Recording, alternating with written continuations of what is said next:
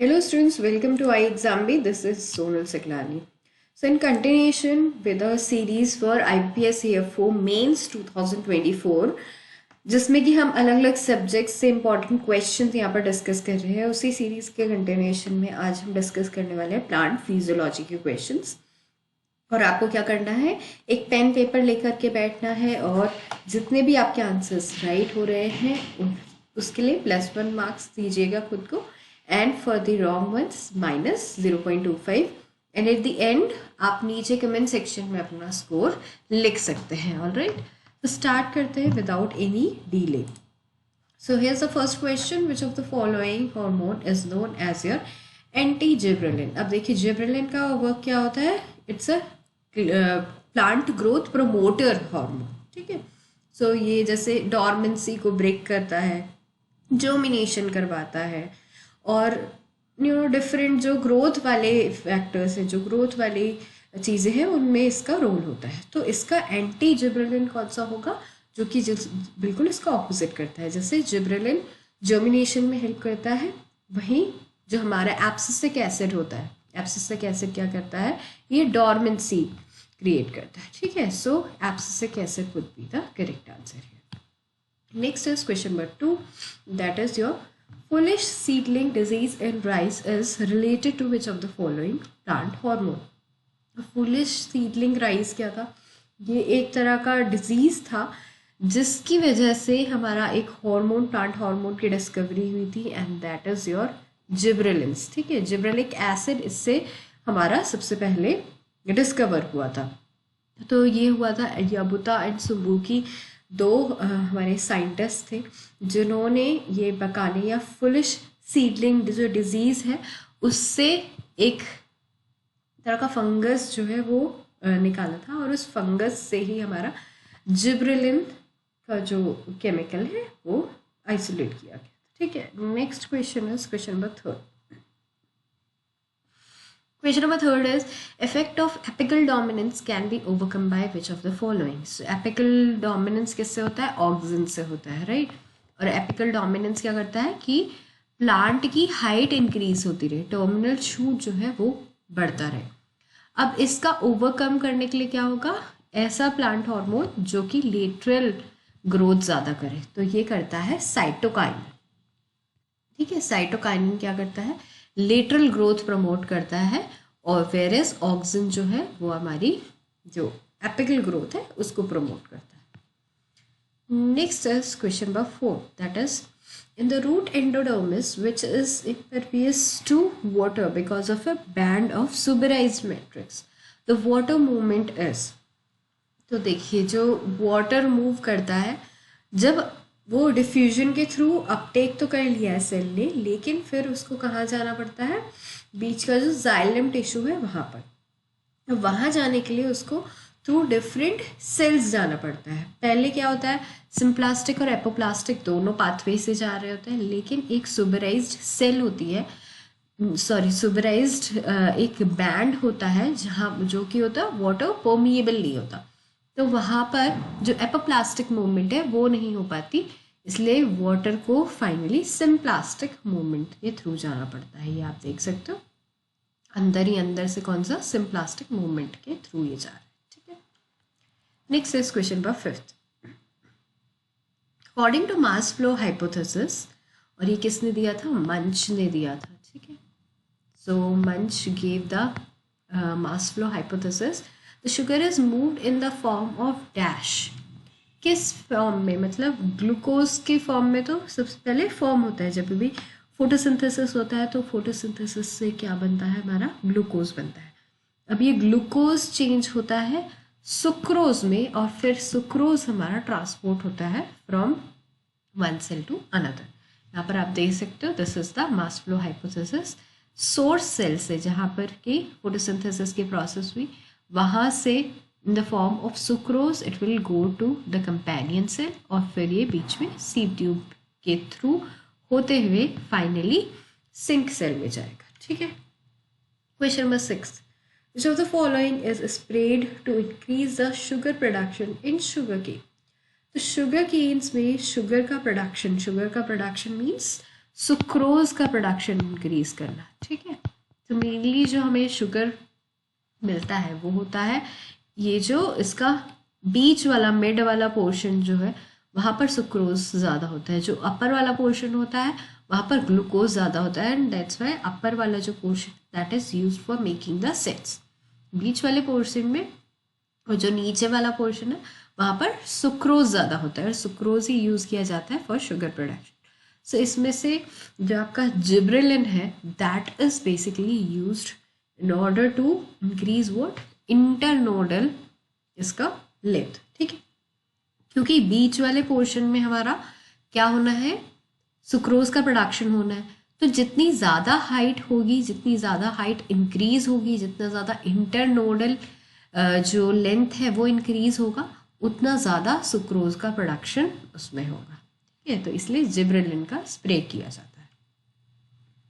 Question number 7 that is photolysis of water occurs during which photophosphorylation. So photophosphorylation क्या process होती है, जहाँ पर लाइट की प्रेजेंस में एटीपी का सिंथेसिस हो रहा होता है, ठीक है।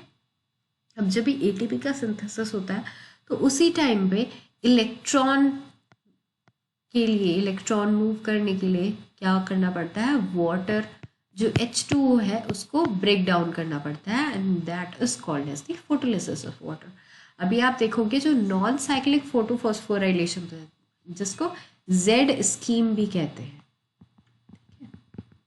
जेड स्कीम में क्या होता है, यहाँ पर आप देख सकते हो फोटोलिसिस हो रहा है in order to give the electrons to your photosystem second, ठीक है। तो ये सिर्फ और सिर्फ नॉन साइक्लिक फोटोफॉस्फोराइलेशन में होता है, साइक्लिक फोटोफॉस्फोराइलेशन में नहीं होता है।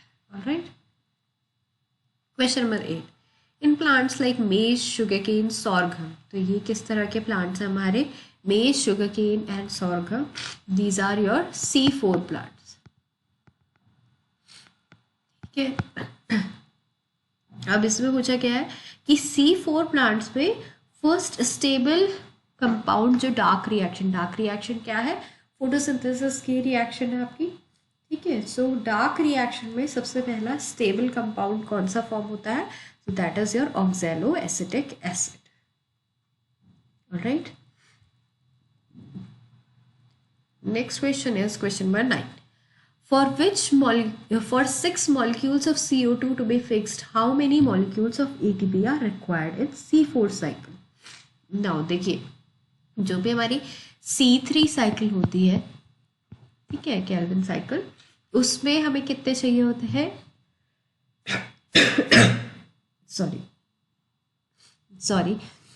for 6 molecules of CO2।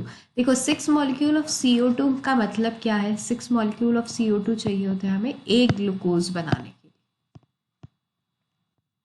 ठीक है। 1 ग्लूकोज बनाने के लिए 6 molecules of CO2 are required, ठीक है।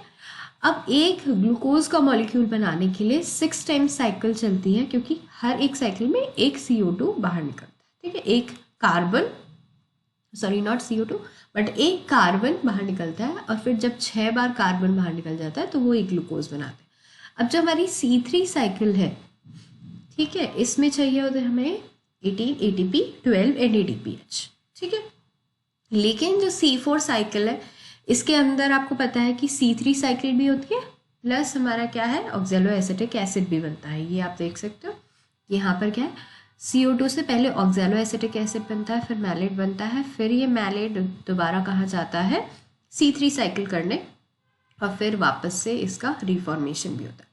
तो जब ये मैलेट से वापस से CO2 निकलता है तो यहाँ पर ATP यूज़ होता है, और साथ ही साथ जब PEP का दोबारा से रीजनरेशन होता है तो भी ATP बनता है। तो यहाँ पर हमारे 2 एक्स्ट्रा आपके ATP यूज़ हो रहे हैं ड्यूरिंग 1 साइकिल, ठीक है। और इसी तरह से हमें क्या करनी है, 6 टाइम साइकिल करनी है। 6 टाइम साइकिल मीन्स 12 ATP। तो 18 हमारे ATP तो C3 साइकिल में ऑलरेडी यूज़ हो रहे थे, 18 के एडिशन में 12 ATP और लगेंगे, यानी कि 18 + 12 and that gives you 30 molecules, ठीक है। सो C4 साइकिल में आपके 30 ATPs यूज होते हैं। Alright, next is question number 10 In glycolysis, a glucose molecule gets converted into, so glycolysis की process जो कि साइटोप्लाज्म में होती है, उसमें एक ग्लूकोज मॉलिक्यूल क्या है वो चेंज होता है to pyruvate. Alright, next is question number 11. In aerobic respiration, on oxidation of one molecule of glucose, dash ATP is produced. अब एरोबिक रेस्पिरेशन में अगर आप पूरी इसकी स्कीम देखेंगे तो इसमें क्या होता है, आपका ग्लाइकोलाइसिस होता है, लिंक रिएक्शन होता है, क्रेब्स साइकिल होता है. इसमें आपके NADH, FADH और ATP बनते हैं. टोटल अगर हम देखें तो यहाँ पर आप देख सकते हो डिटेल में एट द एंड कितने बन रहे हैं, 13 ATP आर फॉर्मिंग. ठीक है, तो एरोबिक रेस्पिरेशन में क्या होता है, 38 ATP आर प्रोड्यूस्ड. अब आप मुझे नीचे कमेंट सेक्शन में बताइए कि एंड एरोबिक जो रेस्पिरेशन होता है, ये तो एरोबिक रेस्पिरेशन का है, लेकिन एन एरोबिक रेस्पिरेशन में कितने ATP मॉलिक्यूल बनते हैं. Question number 12. Which nutrient element is present in both chlorophyll A and chlorophyll B? तो chlorophyll A और chlorophyll B का अगर आप फॉर्मूला देखेंगे तो ऑलमोस्ट सेम होता है, एक्सेप्ट हाइड्रोजन और ऑक्सीजन के नंबर के में डिफरेंस होता है. Otherwise they have carbon, they have hydrogen, they have magnesium. ठीक है, तो यहाँ पर magnesium, nitrogen and oxygen. Right, तो यहाँ पर जो ऑप्शन है उसमें से magnesium is the correct answer. Question number 13. That is the mesophyll cells are clustered around the bundle sheath cells in a ring-like fashion in some plants. The Rubisco enzyme is present in which cells? तो जो भी आपके C4 जितने भी plants होते हैं उनमें होती है क्रैन्स एनाटॉमी. राइट, और क्रैन्स एनाटॉमी में क्या होता है, बंडल शीथ सेल्स बाहर होती है. इनके बाहर होता है हमारे मीजोफिल सेल्स. ऑलराइट, सो ये मीजोफिल सेल्स में तो सबसे पहले क्या होता है, पेप्केज एंजाइम प्रेजेंट होता है जो कि CO2 का फिक्सेशन कर लेता है. फिर ये जो CO2 फिक्सेट हो गई है in the form of your oxalo acetic acid, ये वापस से जाती है कहाँ, आपके बंडल शीथ सेल में. और बंडल शीथ सेल में होती है C3 साइकिल, क्योंकि वहाँ पर प्रेजेंट होता है आपका रुबिस्को एंजाइम. तो bundle sheath cell would be the correct answer. Next is question number 14. Photorespiration is high in. Photorespiration की जो प्रोसेस है वो हमारी C3 प्लांट्स में होती है, C4 प्लांट्स में नहीं होती. And out of all these हमारे पास सिर्फ एक राइस है जो कि C3 प्लांट है और सारे आपके C4 plants. Next is question number 15. Which is the first stable product formed during the photorespiration? Photorespiration को हम C2 साइकिल भी कहते हैं. C2 साइकिल क्यों? क्योंकि यहाँ पर जो फर्स्ट हमारा स्टेबल प्रोडक्ट होता है वो 2 कार्बन कंपाउंड बनता है. ठीक है, तो यहाँ पर आप देख सकते हो कि रुबिस्को एंजाइम जो है, सॉरी RUBP जो कंपाउंड है, मॉलिक्यूल है, वो ब्रेक डाउन होता है इनटू फॉस्फोग्लाइकोलेट एंड PGA. अब ये फॉस्फोग्लाइकोलेट जो है ये स्टेबल नहीं होता, स्टेबल क्या होता है, ग्लाइकोलेट होता है. ठीक है, तो फर्स्ट जो ग्लाइकोलेट जो बनता है that is the first stable product that is form and it is of 2 carbon. ठीक है, so glycolate will be the correct answer है. Question number 16. That is the phenomena of developing plant parts in response to contact with the solid object. तो यहाँ पर आप देख सकते हो जैसे स्टेम की टेंड्रल्स है, कोई भी जो सॉलिड चीज़ साइड में प्रेजेंट होती है उसी के अराउंड ये कॉइल करने लगती है. ठीक है, तो ये कैसे पता चलाते, through the touch they sense it, और फिर उसी डायरेक्शन में वो क्या है, ग्रोथ करने लगती है. तो जब भी हमारी ग्रोथ वाला आपका रिस्पॉन्स होता है तो उसको हम ट्रॉपिक मूवमेंट में रखते हैं. ठीक है, so here it would be the thigmotropism. और अगर ये ग्रोथ मूवमेंट नहीं होता या फिर ऐसा होता कि हल्का सा मोमेंटरली हो रहा है तो ये आता है हमारा थिग्मोनास्टी या सिस्मोनास्टी. दोनों एक ही चीज़ होती है, थिग्मोनास्टी या सिस्मोनास्टी. जैसे आपका टच मी नॉट प्लांट है या फिर वीनस फ्लाई ट्रैप प्लांट है जहाँ पर टच करके उनमें चेंजेस आ जाते हैं. ठीक है, प्लांट पार्ट्स में. Question number 17. Electron transport system dash is the terminal electron acceptor. So electron transport system किस में, आपका रेस्पिरेशन में, ठीक है।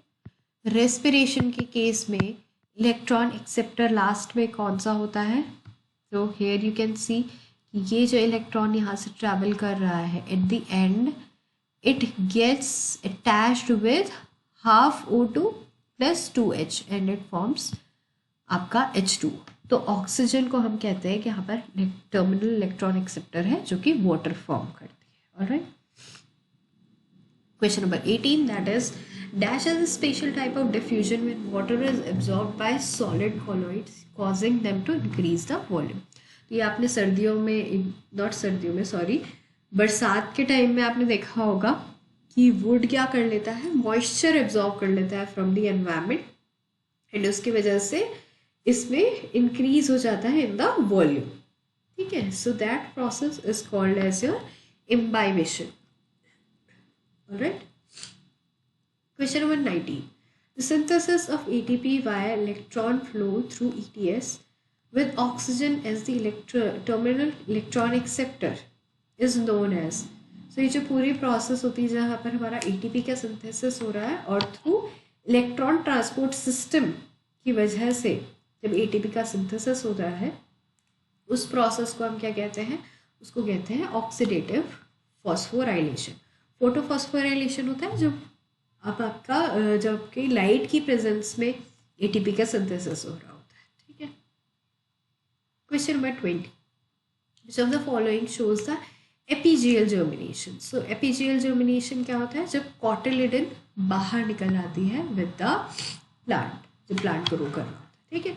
So out of these you see कि राइस, मेज, व्हीट और पर्ल मिलेट, इन सब में क्या होता है, हाइपोजियल जर्मिनेशन होता है। एक राजमा है जिसमें कि एपीजियल जर्मिनेशन होता है, ठीक है। सो ये थे important questions from your plant physiology. अगर आपको और सारे ऐसे क्वेश्चंस करने हैं तो आप मॉक टेस्ट परचेज कर सकते हैं IPS AFO मेंस का। अभी ब्लैक फ्राइडे सेल चल रही है फ्रॉम 29 नवंबर टू 30th, तो आप इसको अवेल कर सकते हैं only at ₹149। It's so I would say inexpensive, इतना इनएक्सपेंसिव आपको और कहीं नहीं मिलेगा। इट्स ओनली ₹149 और उसमें आपको 25 मॉक टेस्ट मिल रहे हैं एंड साथ ही साथ 9 प्रीवियस ईयर पेपर। और अगर आपको कोई भी कोर्स परचेज करना है फ्रॉम iExamBee तो अभी आप कर सकते हो। 61% फ्लैट डिस्काउंट आपको मिलेगा on all the courses. So this was it. अगर आप चाहते हैं हम और भी ऐसे क्वेश्चंस लें और सब्जेक्ट्स के तो आप नीचे कमेंट सेक्शन में लिख सकते हैं कि आप कौन सा सब्जेक्ट चाहते हैं नेक्स्ट हम लें। और आपको किसी भी तरह कट आउट क्वेरी हो तो नीचे आप कमेंट सेक्शन में लिख सकते हैं। Thank you and have a nice day.